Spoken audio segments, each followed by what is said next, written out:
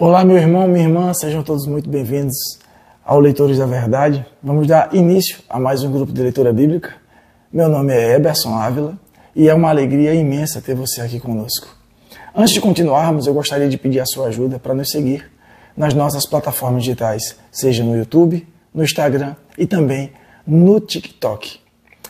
Pois bem, eu criei e venho desenvolvendo esse projeto de leitura bíblica desde 2014 com o propósito de ajudar pessoas a lerem e compreenderem toda a Bíblia. Esse é um projeto gratuito, meus irmãos. Antigamente era muito comum os crentes lerem a Bíblia, mas hoje em dia isso tem sido muito negligenciado pela maioria dos cristãos.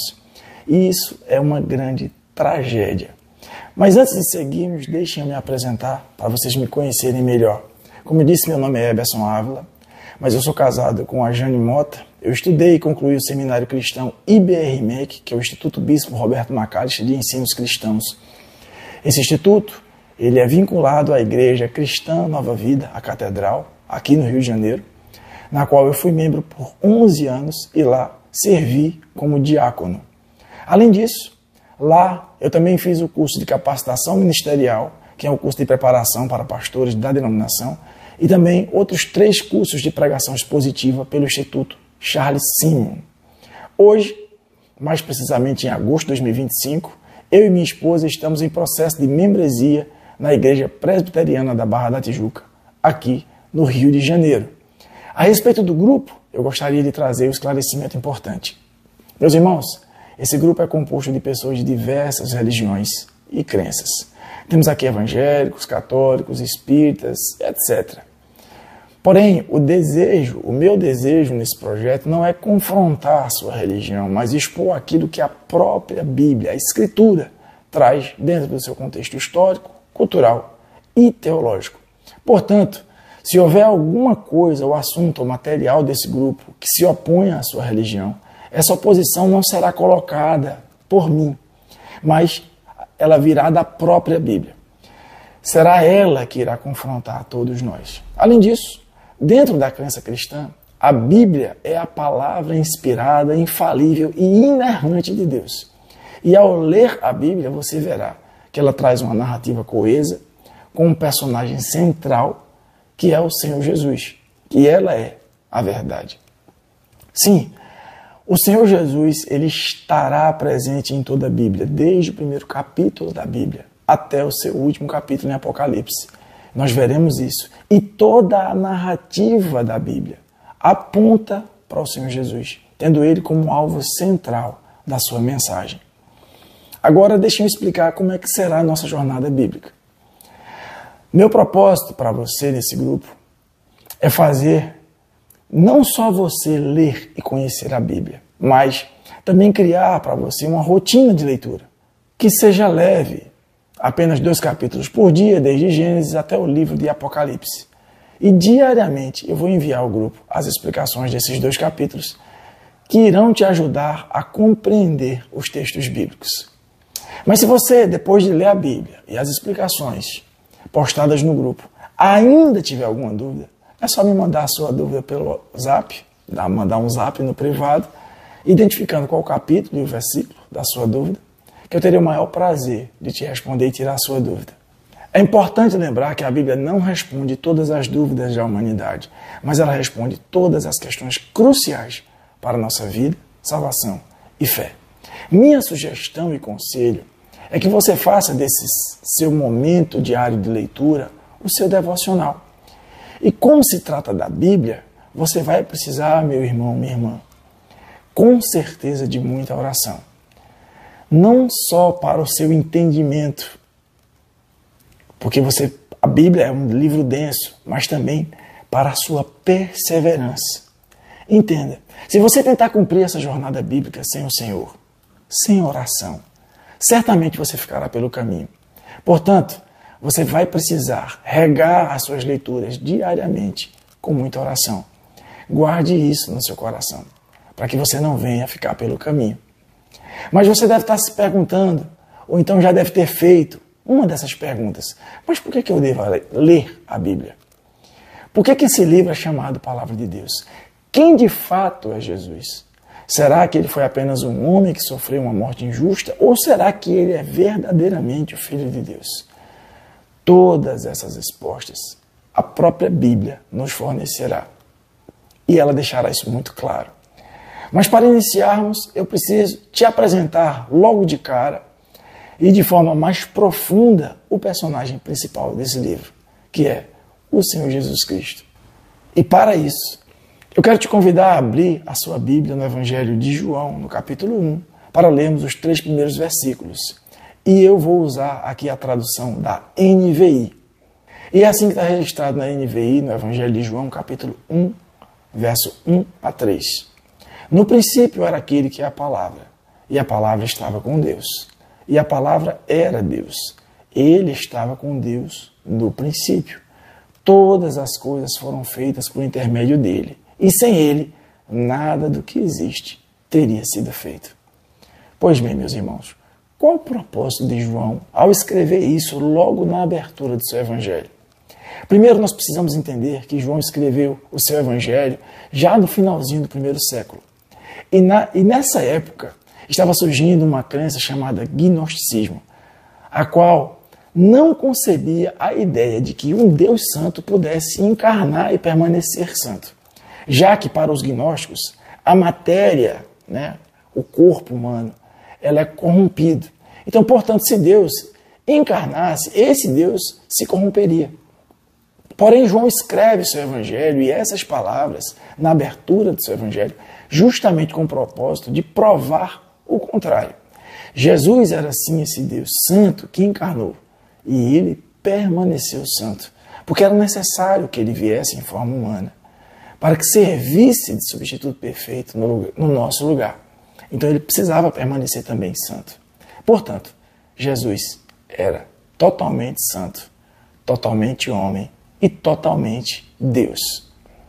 No início do Evangelho de João, apesar de não encontrarmos o nome do Senhor Jesus explícito, é sobre ele que João está tratando ao usar o termo palavra aqui no texto. Já em outras versões bíblicas você vai encontrar o termo verbo. Então onde tem a palavra palavra, vai estar lá o termo verbo. No original em grego, esse termo, palavra ou verbo, ele é logos, do grego logos. Mas o que é logos para os gregos? O que significa essa palavra para os gregos? Pois bem, cerca de 300 anos antes de Cristo, os filósofos gregos, Aristóteles, Platão, Sócrates, observando o universo, eles perceberam que tudo na criação era ordenado. Ou seja, estava tudo em ordem. As estações do ano, as constelações, as cadeias alimentares, as horas do dia, tudo estava em ordem.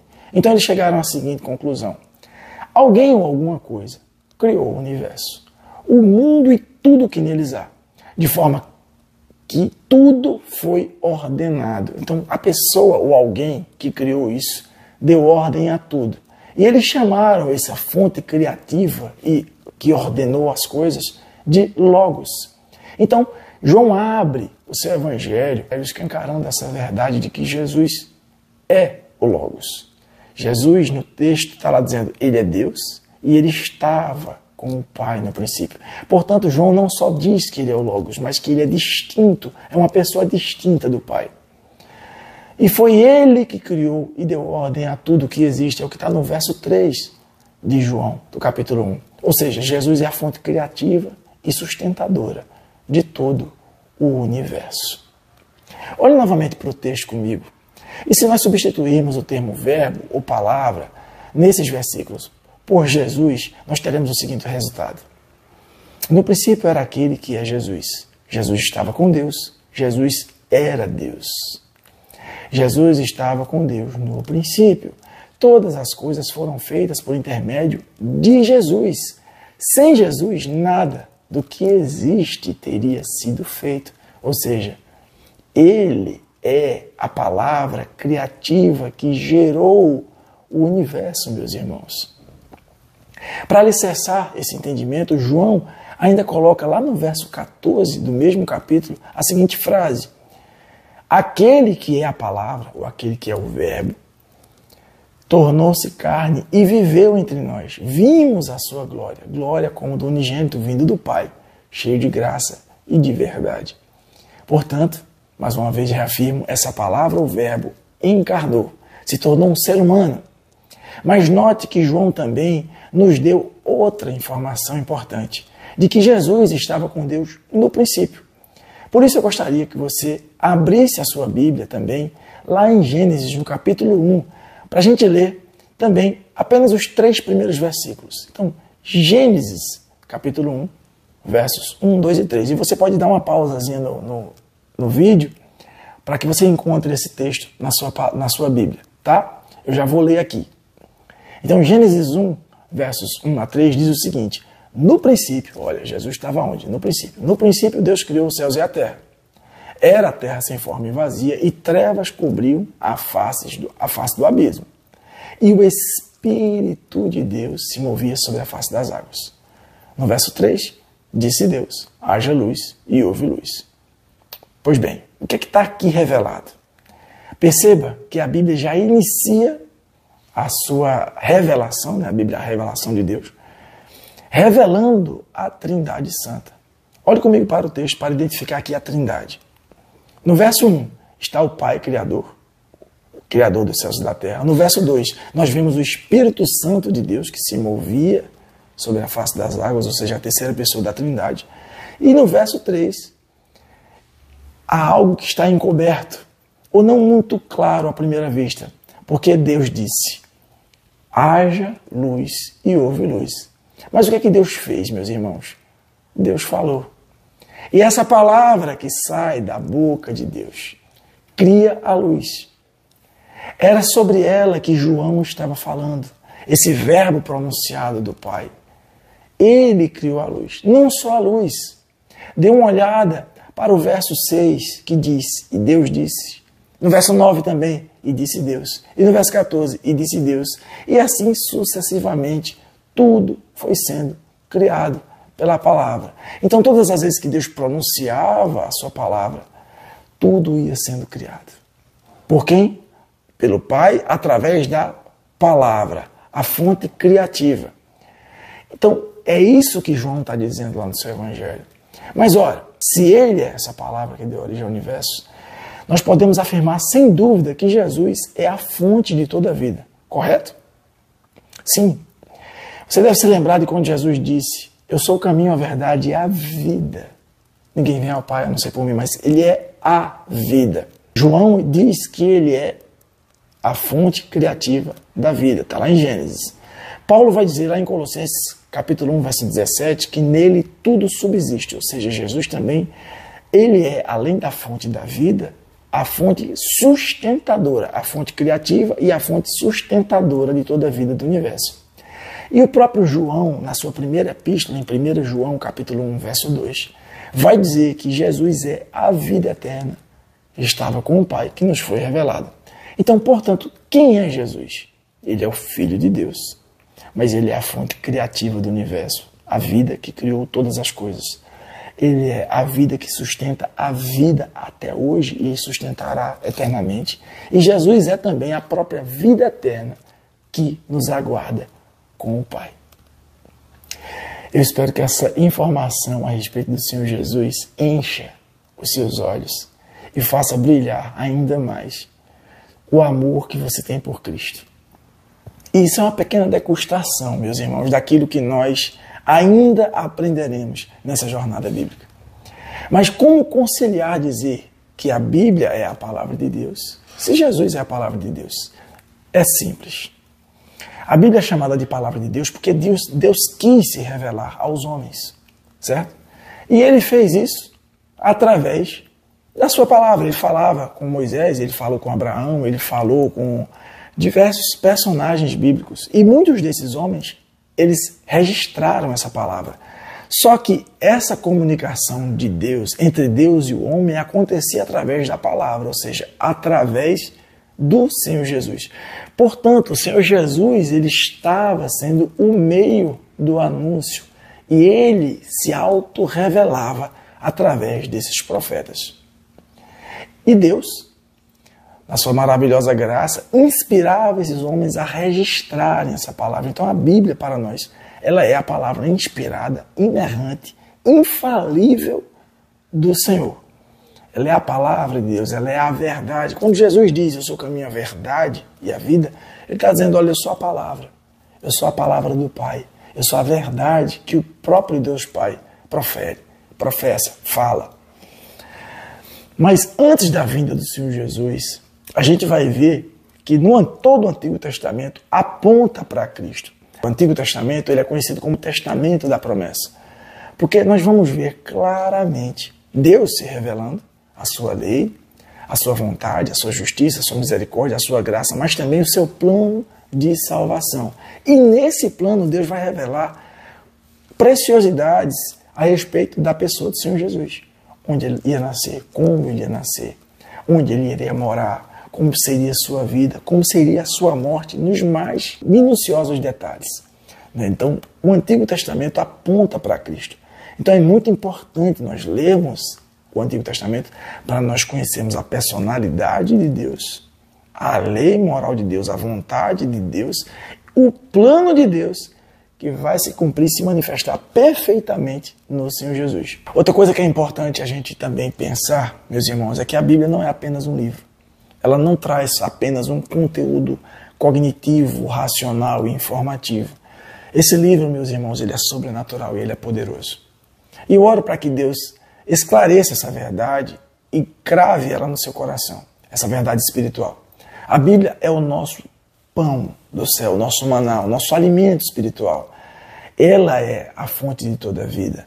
O apóstolo Paulo escreveu em Romanos capítulo 1, verso 16, que o Evangelho é o poder de Deus para a salvação de todo aquele que crê. Concluindo essa introdução, meus irmãos, eu espero que você tenha chegado até aqui. O conteúdo desse livro é o poder para a sua salvação. Então, como podemos alcançar a vida eterna sem conhecer esse poder, sem ter acesso, sem ter o conhecimento desse poder? Então, Deus quer nos conhecer intimamente. Ele não quer só que você entenda sobre Deus, Ele quer fazer parte da tua vida, Ele quer te encher, Ele quer que você se esvazie de você, né? Que eu diminua, João disse, né? Que Ele cresça. Então, que o Senhor venha se manifestar em você. Então, meus irmãos, é isso, é essa a introdução. Eu espero que o Senhor possa falar muito ao teu coração no decorrer dessa jornada. Eu estou aqui para tirar as dúvidas de quem quiser a respeito da leitura diária. Eu vou estar à disposição, pode perguntar. Vou ter o maior prazer em responder. Eu oro ao Senhor que Ele te abençoe com as ricas bênçãos da graça dEle, que o Senhor se revele a você no profundo. Deus te abençoe.